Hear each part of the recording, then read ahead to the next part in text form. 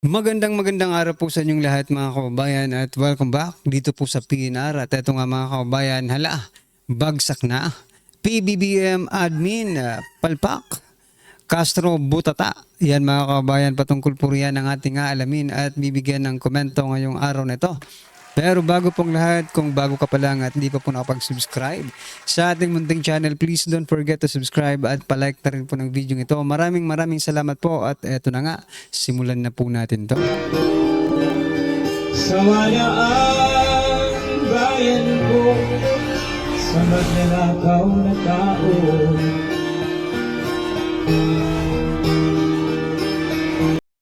So yan mga kababayan, bago po natin muling i-play ang video ito, pasadahan po muna natin ang mga nagtitrending na mga balita dito po sa mundo ng social media. At unahin nga po natin ito. Nako, ito, magugulat kayo dito mga kababayan ha. Ito po ang naging statement ni Representative Leandro Liveste na 1st District ng Batangas mga kababayan. Sabi niya po dito, kahit mangutang po ang gobyerno para magbigay ng direktang tulong sa mga estudyante, ito ay magandang investment dahil sila ang magbabayad ng buwis sa darating na taon. Yan mga kababayan, naniniwala si Batangas 1st District Representative Leandro Ligarda Liveste na magandang investment ang pagbibigay ng 1,000 pesos buwan ng allowance para sa mga estudyante mula kindergarten hanggang college. Sabi ng kongresista, sabi po yan ng kongresista mga kababayan. Anyway, that is a good point, no? Na tulungan yung mga estudyante. Ang hindi ko lang gusto dito sa sinasabi niya mga kababayan, no? Dahil sila naman po ang magbabayad, no? So, well, anyway, wala naman tayong magagawa kasi tayo naman talaga, no? We came from, no, sa mga naging estudyante tayo. At tayo ngayon ang nagbabayad ng tax. Tayo ang nagbabayad ng utang. That's why it's very good na ngayon pa lang pakinabangan na po ng mga bata, mga estudyante, no? Itong inuutang nila. Ang hindi ko lang talaga gusto dito, no? Baka naman magkano lang 1,000 pesos ang sa estudyante, pero yung kabuuan pala, 'di ba? Syempre ano 'yan eh. Ayuda pa rin 'yan eh. It's a form of ayuda. 'Di ba? Alam naman po natin masisiba po itong mga crocodiles natin, 'di ba? Talaga bang 1,000 pesos ang mapupunta sa mga estudyante kapag nagkatotoo ito? Yun po yung tanong. Hindi ba ito mapupunta? Wala bang porsyento, komisyon, mga tonggrista? Di ba? Siyempre malaking pera ito mga kababayan. Billions ito. Napakarami pong estudyante sa Pilipinas. Yun lang. Kung walang pipiliing partido, kulay-kulay, ang mga ito. Lahat ng registered student bibigyan. Pero, mga kababayan, no, baka ito matulad sa mga ayuda na kung sino lang ang malapit sa tagalista, ay siya lang ang makakakuha. Yun ang hindi patas. Kasi itong mga estudyanteng ito, mga kababayan, no, the same po itong magbabayad ng utang pagdating ng panahon. Di ba? Magbabayad ng buwis. Di ba? Yun nga lang, what I'm trying to point out dito mga kababayan, no? Baka mapunta lang sa mga crocodiles yung budget dito para sa 1,000 pesos para sa mga estudyante. Pero maganda to maganda po ito. Allowance. Malaking tulong po ito para sa ating mga kababayan. Alright? Ito pa mga kababayan, pasadahan din po natin ito. Si Jose Claire Castro, sabi niya po dito, ang Pangulo, ang focus ay sa trabaho. Kapag siya man ay umalis ng bansa, may dalang magandang balita, may magandang relasyon sa iba't ibang leaders. Nako. Castro, are you hearing yourself? No? Naririnig mo ba ang sarili mo? Baka kasi hindi mo naririnig yung sarili mo. And I know, correct me if I'm wrong mga kababayan, kasi parang napanood ko nung vlogger pa po ito, si Castro, parang tinitira niya rin yung paglabas ng bansa ng Pangulo without any return of investment. Di ba? Walang investor na pumapasok sa ating bansa bawat labas ng Pangulo. Kung totoo yung sinasabi ni Yusek Claire Castro, no, na nagdadala ng magandang balita, may magandang relasyon sa iba't ibang bansa or leaders, di sana po mga kababayan, itong mga world leaders, kung maganda ang relasyon nila kay President Bongbong Marcos Jr., nag-invest po sila dito sa Pilipinas. Diba? Kaso, ang nangyayari, nagpulasan ang mga investor ng Pilipinas. Nagsialisan po. Kabaliktaran na naman po ang sinasabi mo, Yusek Claire Castro. Kabaliktaran na naman po.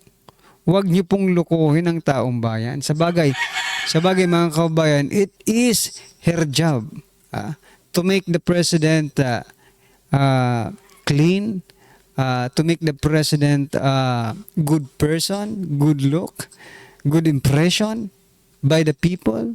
Diba? Yun eh. Yun po ang purpose ni Yusek Claire Castro. Pero, hindi naman tayo papayag na dahil yan ang trabaho niya to defend, no, the president, ay agree na lang tayo ng agree sa mga bawat sasabihin niya. Where in fact, iba po yung nakikita natin sa reality versus sa kanyang mga sinasabi. Diba? Anyway, ano pong inyong masasabi dyan? Eto pa. Eto naman po, isa ring ano to eh. Si Recto, sabi po ni Recto, almost there. Philippines set to hit upper middle income status within 2 years. Ayon po yan kay Recto. Aba, biruin nyo mga kababayan, upper middle income na po ang Pilipinas. Ang tanong dito, totoo ba ito? Kayo na pong sumagot mga kababayan, no? Para sa ating mga ordinaryong Pilipino, may nagbago ba sa income natin para sabihing upper middle income status ang Pilipinas? Baka ibang mga personalidad ang inyong mga pinag-aralan, hindi po yung mga mahihirap. Di ba? Upper middle income. Ang gandang pakinggan. Pero maging ganun pa man, kahit anong income pang pagtaas ng income natin, no? Ganun din eh. Dahil mataas po ang presyo ng mga bilihin. Useless kung baga. Useless itong ginagawa nila. Kung totoo man ito, na upper middle income na tayo sa Pilipinas within 2 years daw. So let's see, mga kaubayan, 2 years pa naman eh. No? Pero what I'm trying to point out dito mga kaubayan, ramdam ba ito? Ramdam ba ito ng mga ordinaryong Pilipino? Ikaw na nanonood, ramdam mo ba yung sinasabing upper middle income? Kung magtaas nga kayo ng, di ba, yung 200 pesos na wage hike bill, ginawa nyo lang 50 pesos. Tapos sasabihin nyo, upper middle income na tayo eh. What the? Di ba? Nakakainit ng ulo. Anyway, eto pa mga kababayan, pasadahan din po natin isa pang buhaya. Isa pa pong tongrista. Sabi po dito ni Representative Jude Asedre ng Tingog Party List, the question of speakership has already been resolved many weeks ago. And I don't think this anymore a question that needs to be resolved. Many weeks ago. So meaning mga kababayan, before the election, no, nakaplano na. Alam naman natin kung ano nangyari sa Leyte, di ba? Sa Tacloban, yung distrito ni Tambaloslos. Disqualified yung kalaban. So that's the plan. Di ba? Many weeks ago, na-resolve na yung speakership ayon po kay Asedre. At sabi niya pa dito sa isa pa niyang statement, done deal. Done deal na daw. Ano kaya yung deal, no? Sabi niya dito, done deal. 283 lawmakers back Romualdez for a speaker. Aha. 283 lawmakers back Romualdez for a speaker. Done deal. Ano kayong deal, mga kaubayan? O, di ba? Sabi ko na sa inyo, there is always a condition, no?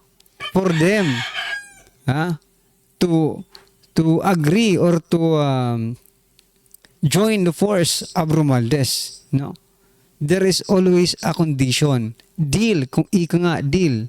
Diba? Sabi nga ni Cedre, done deal. Ano kaya ang deal ito? Baka mga ayuda na naman ito, mga kaubayan. Diba?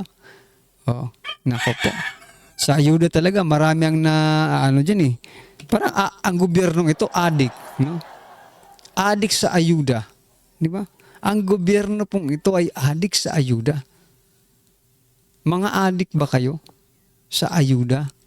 At lahat ng gusto nyong gawin, puro na lang pang-aayuda. Magtrabaho naman kayo. Patrabahuin nyo naman yung mga utak ninyo. Pag ayuda kasi, wala na. Wala nang, hindi na sila magtrabaho. Diba? Bigay na lang ng bigay. Naku, pati mga congressman, diba? Wala nang trabaho. Wala kasing problema pag ayuda. Mabilisan lang eh. Diba? Ay, nako. Oh, anyway, ano pong inyong masasabi dyan? I-comment nyo na lang. At eto pa. Pasadahan po natin si Risa Hontiveros. Nako, dahil nga, nako, talaga itong si Risa Hontiveros. Content creator, sinisi ni Senator Risa Hontiveros sa pagkalat ng video ni alias Rene. Mga content creators na nag-share ng video ni alias Rene, balak kasuhan ni Senator Risa Hontiveros dahil sa paglaganap at paninira ng mga ito. Balak kasuhan ng senadora ang mga content creators ng cyber libel. Paano mo naman masasabi na ang libelous yun, mga kaubayan, if you are just giving reaction to what alias Rene is saying, di ba? Oh. Paano masasabing cyber libel? Nagbibigay ka naman ng komento doon sa sa sinasabi ni alias Rene. Kung ito ba ay totoo, kung ito ay nagsisinungaling. Di ba? Mahirap. Ang hirap kasi dito kay Risa Hontiveros, no? Bakit why do you care, no, so much dito sa mga content creators na ito? Instead, no, nagawin mo ang lahat para ipakita sa taong bayan that ikaw ay walang kasalanan. Kasi naman, mga kaubayan, kahit anong pakalat nitong mga, let's say, isa rin tayo sa nag-share, di ba? Pero binigyan po natin ng reaction lang yon, no? Sige, ipinakalat itong video na ito ni alias Rene. Pero kung naniniwala talaga ang taong bayan that Risa Hontiveros, ay walang ginawang kasalanan, wala kang bahid ng kasinungalingan, wala kang bahid ng katarantadahan, di ba? Walang maniniwala dyan. But you are very, very concerned about the content creators because you yourself believe, no, na pag kumalat ito, wala na ang iyong ambisyon sa 2028. Diba? Yun nga ang nangyari, mga kaubayan. Kumalat po. Eto lang. How about, diba? Kasi yung mga content creators, mga kaubayan, nag-share. How about the mainstream media na nag-share ng video ni alias Rene? Hindi mo rin ba sila kakasuhan? Yung mga mainstream media na nag-share ng video ni alias Rene. Kayong mga mainstream media, huwag kayong matakot kay Risa Hontiveros. Ipakita nyo yung sinasabing freedom of expression. Diba? Free speech. Freedom of expression. Diba? Ipakita nyo kay Risa Hontiveros na nasa democratic country tayo. We are not an authoritarian. Di ba? Hindi tayo diktador. O, di ba? Nako, ano pong inyong masasabi dyan mga kababayan? Wala nang ibang maisip si Risa Hontiveros kundi mga content creators na lang ang kanyang kinasuhan. Nako po, ano masasabi niyo dyan? Eto, last po natin pag-uusapan bago po natin i-play yung video. Eto. Sabi po dito ni Castro, Palace, China cannot silence pro-PH voices. Ha? Bakit naman nasali ang China sa pagsasalita ng mga Pilipino? Sabi po ni Yusek Castro, China cannot silence pro-Filipinos following the Chinese government imposition of sanction against former Senator Francis Tolentino for defending the country's maritime claims. Yan mga kababayan. Patungkol, yan, tama. Patungkol pala ito kay Tolentino, mga kababayan. No? Wala tayong magagawa dyan, mga kababayan. Alam naman pakialaman natin yung Chinese government sa mga batas nila, di ba? Batas nila yun pag batas naman natin, hindi rin naman sila nakikialam sa batas natin, di ba? Yung internal na mga batas. Di ko kasuhan nyo rin, di ba? O mag-impose rin kayo ng sanction doon sa mga Chinese, di ba? Na mga nagsumisira sa imahe ng Pilipinas, kumbaga. O hindi kaya yung mga may senador ba? O diretso na yung presidente ng China, di ba? Oo. Batas po nila yon. No? Well, I'm not saying na we are sa pro-China, no? Pro-Pilipino tayo, di ba? Kung saan mas nakakabuti sa mas nakakaraming Pilipino, doon po tayo mga kababayan, no? What I'm trying to point out, kung ayaw or nanggigigil si Yusek Castro dito sa inimpose na sanction against kay former Senator Francis Tolentino, gumawa rin kayo ng mga legal actions, no? Wag puro dada, no? Kasi ito lang ang napapansin ko mga kababayan na pag itong si Yusek Castro ay na parang na ko-corner, it's either Duterte, impeachment, ICC, pro-China ang kanyang mga sinasabi, no? Anyway, ano pong inyong masasabi dyan mga kababayan? I-comment nyo na lang. At eto, pasadahan po natin ang video ito at bigyan po natin ng reaksyon. Eto na po. Ito ang balitang dapat malaman ng taong bayan.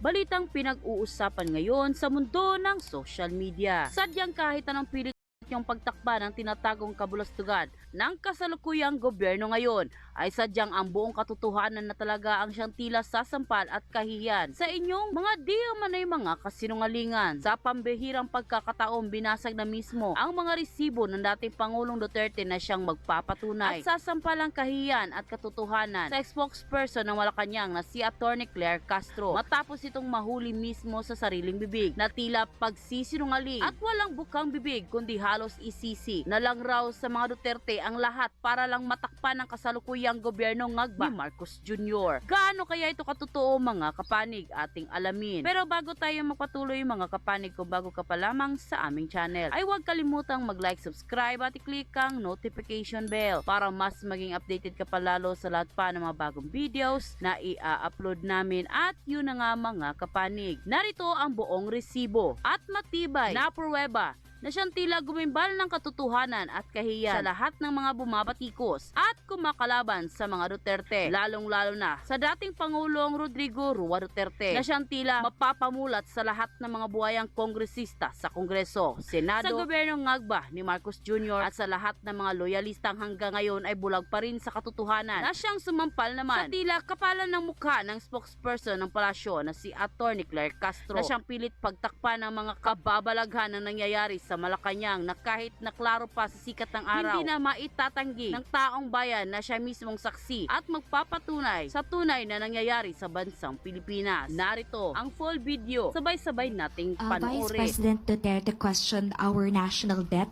Ang sabi niya po, bakit 16 trillion pesos ang utang pero walang nakikita? Dapat kapag may inutang, may nakikita. Ang administrasyon ni dating Pangulong Duterte ang naitalang may pinakamataas na naging utang na umabot ng 12.79 trillion as of June 2022.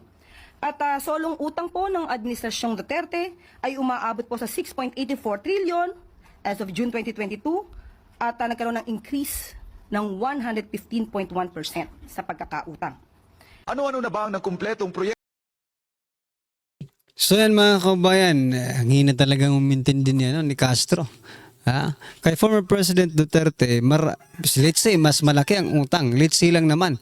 Pero I think mas malaki yata ang utang ngayon ni President Bongbong Marcos Jr. kasi hindi pa tapos ang kanyang termino. No? Nangangalahati pa lang. Pero halos, yan mga kabayan, no? Madoble na. Ang ibig pong sabihin, si Castro, walang nakikita. Sa dami po ng inutang ninyo, wala pong nakikitang proyekto. Pero sa panahon po ni former President Duterte, may pandemic pa, may build, at marami pang nangyari sa Pilipinas na mga sakuna, mga disaster. Pero nakaraos at may nakikita po ang taong bayan na ginagawa ng gobyerno. Pero ngayon po mga kababayan, ano ba ang ginagawa ng gobyerno?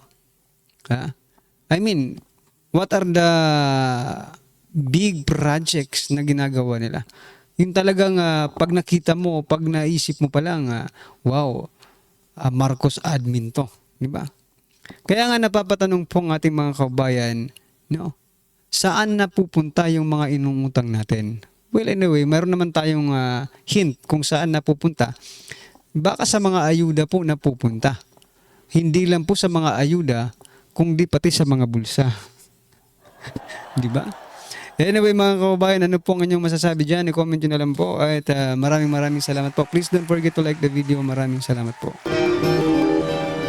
Sawa na ang bayan ko sa magnanakaw na tao.